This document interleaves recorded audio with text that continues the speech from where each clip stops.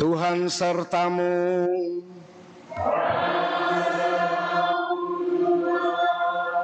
Inilah Injil Yesus Kristus menurut Matius.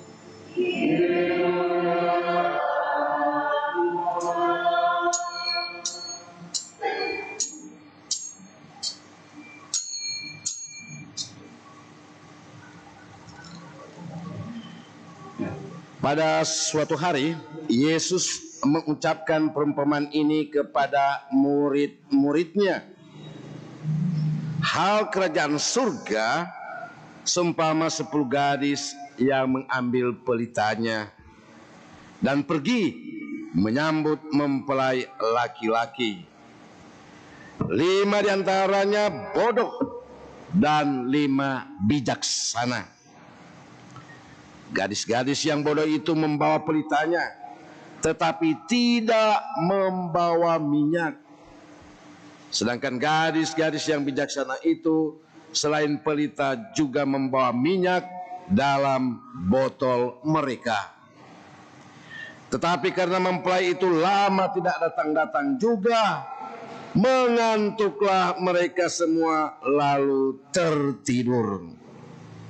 Waktu tengah malam, terdengarlah suara berseru, "Mempelai datang, sambutlah dia." Gadis-gadis itu pun bangun semuanya, lalu membereskan pelita mereka.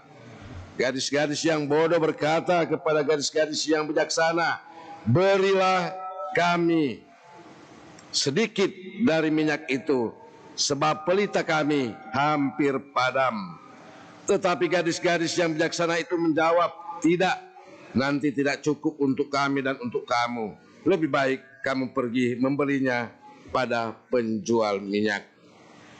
Tetapi ketika mereka sedang pergi untuk membelinya, datanglah mempelai itu, dan mereka yang telah siap sedia masuk bersama-sama dengan dia ke ruang perjamuan kawin, lalu pintu ditutup. Kemudian datanglah juga gadis-gadis yang lain itu dan berkata, "Tuan, Tuan, bukakanlah pintu bagi kami." Tetapi dia menjawab, "Sesungguhnya aku berkata kepadamu, aku tidak mengenal kamu. Karena itu berjaga-jagalah, sebab kamu tidak tahu hari maupun saatnya." Demikianlah Injil Tuhan.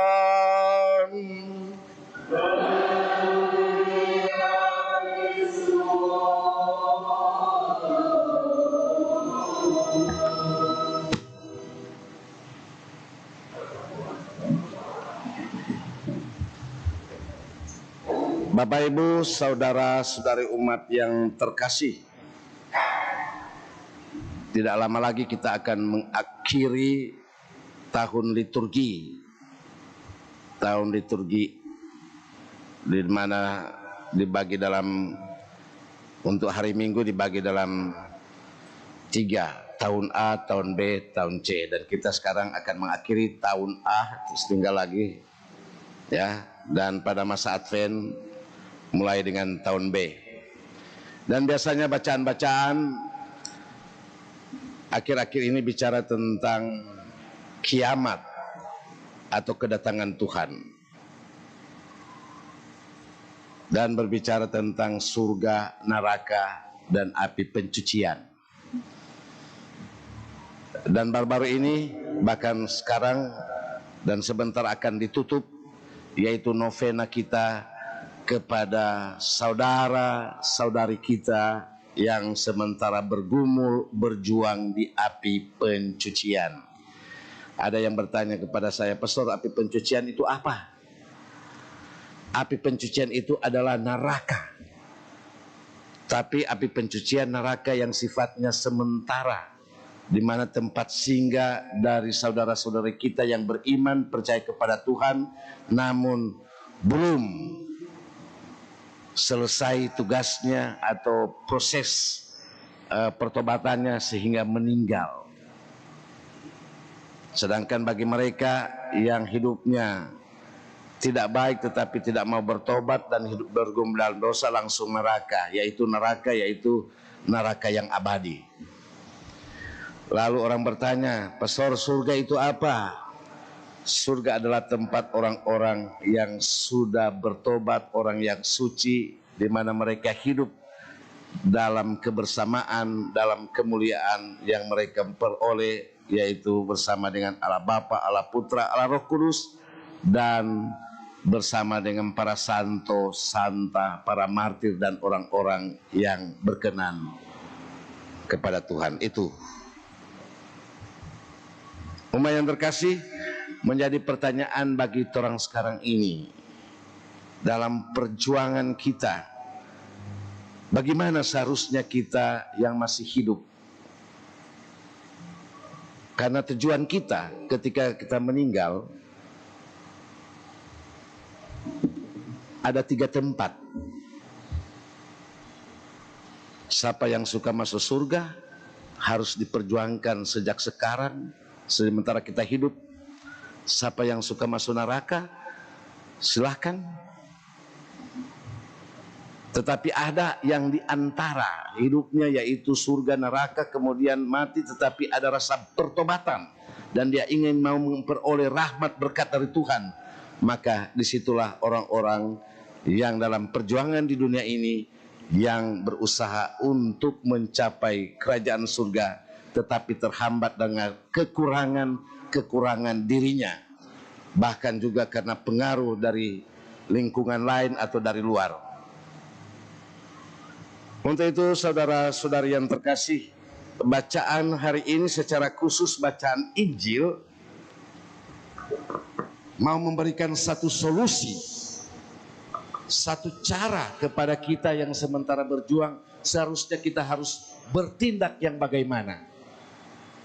Memang kita sudah beriman, kita sudah percaya kepada Tuhan. Bahkan kita dalam kehidupan kita sudah diberikan ajaran iman, ajaran moral, tradisi yang mau mengantar, di mana Gereja Katolik sejak awal telah mencoba merangkum, meramu segala cara supaya umat manusia yang percaya kepada Tuhan, kepada Yesus Kristus, terarah bagaimana untuk mencapai keselamatan. Dan Gereja Katolik sejak dari Petrus sampai sekarang dan sampai selama-lamanya menjaga bagaimana supaya umat dengan ajaran iman dari gereja, ajaran moral, tradisi, menghantar setiap pengikutnya agar supaya terarah. Saya sudah berulang-ulang di dalam kunjungan di wilayah rohani, kelompok kategorial, bahkan dalam gereja mengatakan bahwa umat Katolik seharusnya coba menjaga dan memperhatikan. Memang tidak perlu mesti kuliah semua. Kalau kuliah semua, siapa yang mau kasih mengajar siapa yang itu orang-orang yang orang kasih ajarkan. Tetapi ada pedoman hidup yang diberikan, yaitu 10 perintah Allah, 5 perintah gereja, dan juga gereja bagaimana dalam kehidupan bermasyarakat di dunia ini mencoba untuk beramal, berbakti dalam kehidupan bermasyarakat. Banyak cara yang kita bisa buat, banyak hal yang kita bisa lakukan sebagai amal bakti kita agar supaya mempersiapkan diri. Nah, kita lihat dalam cerita tadi, perumpamaan 10 gadis. Ada gadis yang bijaksana, ada gadis yang bodoh. Akhirnya yang masuk surga yaitu yang ikut dengan dalam perjamuan bersama dengan mempelai, yaitu orang-orang gadis-gadis yang bijaksana. Kita pun dalam kehidupan sekarang ini mengalami tantangan, godaan, cobaan dan segala dari pelbagai macam ya situasi dan keadaan atau orang. Tawaran-tawaran yang diberikan kepada kita, maka kita diminta oleh Tuhan supaya bijaksana. Nah, agar supaya kita menjadi bijaksana, yaitu kita harus apa? Kita berpedoman pada ajaran iman, berpedoman pada ajaran moral, dan berpedoman pada tradisi yang sudah dari dulu, sekarang, dan sampai selama-lamanya dijaga, diberikan, diajarkan oleh gereja kita. Kita memang lain kali dalam kehidupan bingung, mana yang betul, mana yang menurut iman kita yang benar, mana tradisi, sikap perbuatan yang harus kita buat supaya kita benar-benar nantinya ketika mempelai datang sudah siap. Saya memang sedikit cukup menegaskan dan memberikan semangat kepada umat. Gampang sebenarnya bagi kita, asalkan kita setia melakukan apa yang dikehendaki Tuhan, yaitu lewat 10 perintah Allah, dan apa yang dikehendaki oleh gereja agar supaya kita terarah, yaitu kita melaksanakan 5 perintah gereja. Cuma sekarang ya, sedangkan 10 perintah Allah tidak tahu, bahkan 5 perintah gereja nggak tahu bagaimana orang mau terarah menjadi gadis-gadis yang bijaksana. Padahal semuanya itu ada di puji syukur.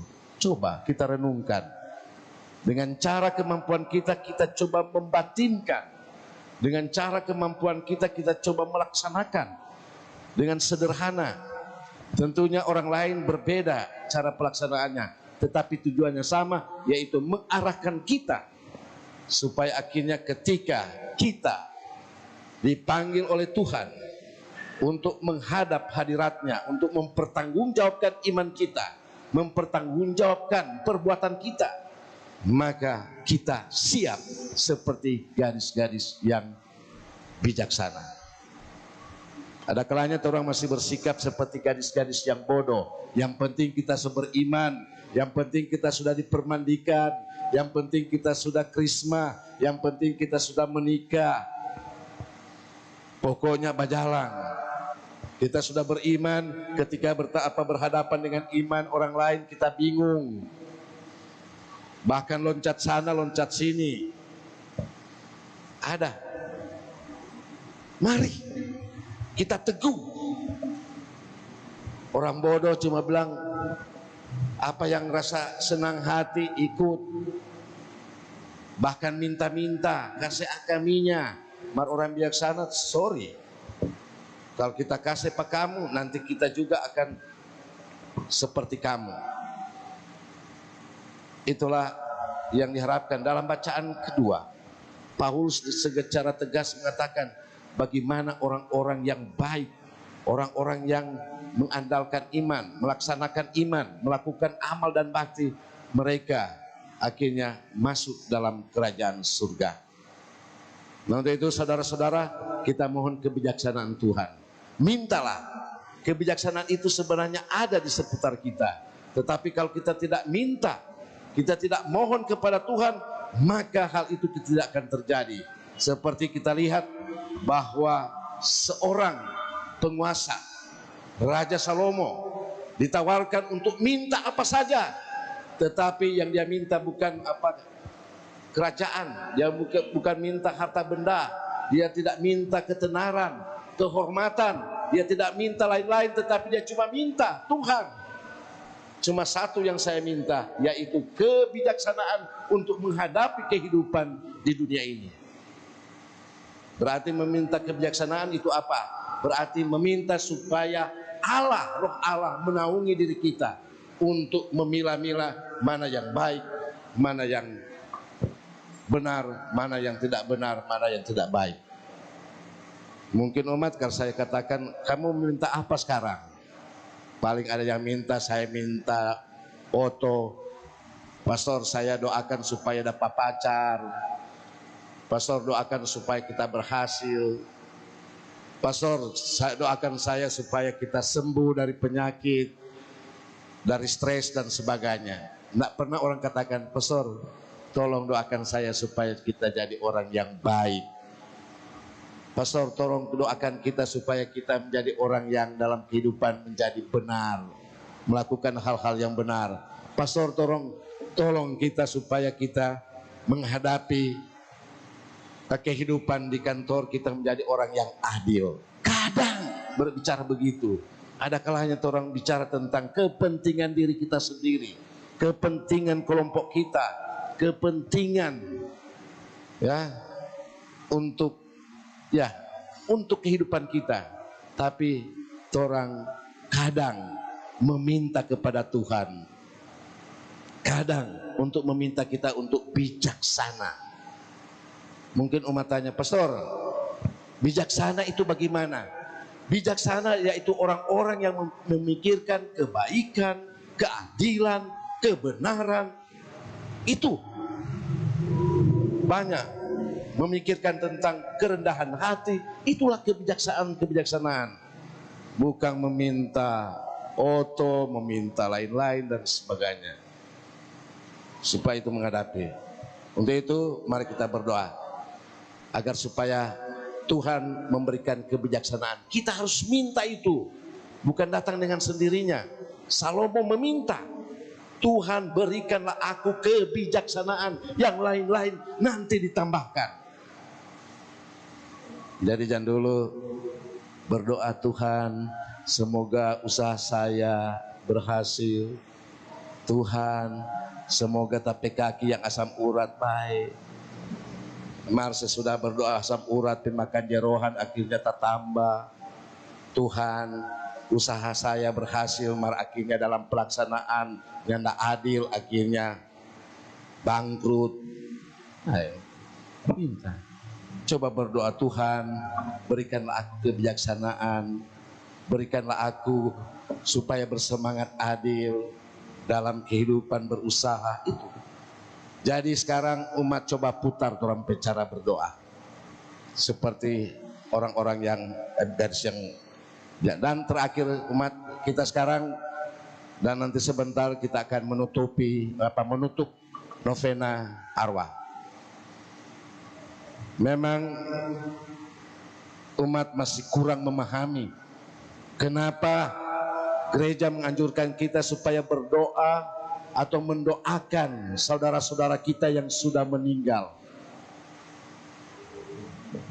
Bahkan gereja memberikan tempat yang khusus atau waktu yang khusus agar supaya kita memperhatikan, menghormati, dan sekaligus juga mendukung saudara-saudara kita yang sudah meninggal. Sebelum kematian ada tirakatan. Pada saat pemakaman ada doa misa atau ibadah arwah. Bahkan sesudah pemakaman dari seorang yang sudah meninggal ada peringatan-peringatan. Bahkan dalam gereja kita diberikan kesempatan kepada kita yang masih hidup untuk mendoakan mereka, yaitu apa? Yaitu pada hari Jumat, setiap Jumat pertama juga kita diberikan kesempatan berdoa untuk mereka. Novena Jumat pertama. Bahkan gereja juga memberikan kesempatan untuk umat seluruh dunia, umat Katolik, yaitu mendoakan saudara-saudara kita, yaitu sejak tanggal 1 sampai dengan tanggal 8 hari 7 itu ya. Bahkan mulai pesta umat beriman atau baru umat beriman untuk para orang-orang kudus, kemudian peringatan saudara-saudara kita yang sudah meninggal, bahkan diberikan kesempatan bernovena. Alasan kenapa kita harus memperhatikan, karena mereka tidak berdaya lagi. Mungkin ada saudara-saudara kita yang sementara berjuang, mungkin dia bergumul dengan dosa, tetapi ketika saat dia mau bertobat, seperti penjahat yang ada di sebelah Yesus yang mau bertobat tidak bisa turun, tiba-tiba mati, belum kesampaian, maka dia masuk di dalam api pencucian untuk proses untuk pemurnian. Nah, siapa lagi yang berjuang? Siapa lagi yang akan membantu mereka? Mereka tidak berdaya, tidak bisa berbuat apa-apa lagi. Sama seperti penjahat tidak berbuat apa-apa lagi. Dia coba bilang, Tuhan, mau bikin apa lagi kita? Sudah gantung. Mari kita ingin bertobat, kita mau berubah diri. Maka dia minta kepada Yesus, Yesus, jika kamu berada di Firdaus, ingatlah saya. Maka iman kita kepada Yesus, iman kita kepada Allah yang punya kerahiman, yang selalu memberikan berkat kepada kita, maka marilah kita mendoakan mereka. Doa kita akan menghantar saudara-saudara kita kepada pangkuan Abraham dan masuk dalam kerajaan surga. Dan terakhir saya katakan bahwa dalam doa-doa kita ini, doa arwah ini, indulgensi maupun doa-doa seputar kematian, yaitu bahwa ada indulgensi. Umat sering tidak mengerti indulgensi. Saya coba bandingkan misalnya dengan seorang penjahat yang disidang, dia melakukan perbuatan berat, maka seorang penjahat itu divonis oleh hakim 10 tahun masuk penjara. Nah, penjahat itu akan bebas kalau dia sudah menjalani 10 tahun. Tapi dia harus menjalani proses pemurnian di dalam penjara. Jika dia berbuat baik, maka mendapat remisi, pemotongan masa tahanan. Bahkan ada ketika dia berbuat baik di penjara, dia bersikap baik, kemudian dia bertobat dari perbuatannya, maka mungkin vonis 10 tahun, tak tinggal 3 tahun dia sudah keluar penjara. Inilah doa-doa kita, saudara-saudara kita. Mungkin divonis selama di api pencucian, kamu harus menjalani pemurnian. Masa dimana untuk dia bertobat dengan melakukan perbuatan-perbuatan yang sudah diatur di dalam seperti penjahat di penjara. Dengan doa kita, maka memotong akan beban-beban atau perbuatan-perbuatan yang harus dia buat karena dosa dia. Maka dengan doa-doa kita memperpendek masa saudara-saudara kita di api pencucian. Saudara kita, suami kita, anak-anak kita, ya orang-orang yang meminta doa. Bukan hanya orang-orang Katolik, tetapi orang-orang lain yang minta. Mari kita doakan supaya semua manusia ciptaan Tuhan, ciptaan Allah ada dalam kerajaan surga, ada di Firdaus, ada di Taman Eden kemudian. Itulah makna inti bagaimana kita mendoakan dan bagaimana kita harus berjuang untuk di hari-hari yang akan datang, yaitu kerajaan surga. Semoga demikian. Umat yang terkasih, mari kita bangkit berdiri.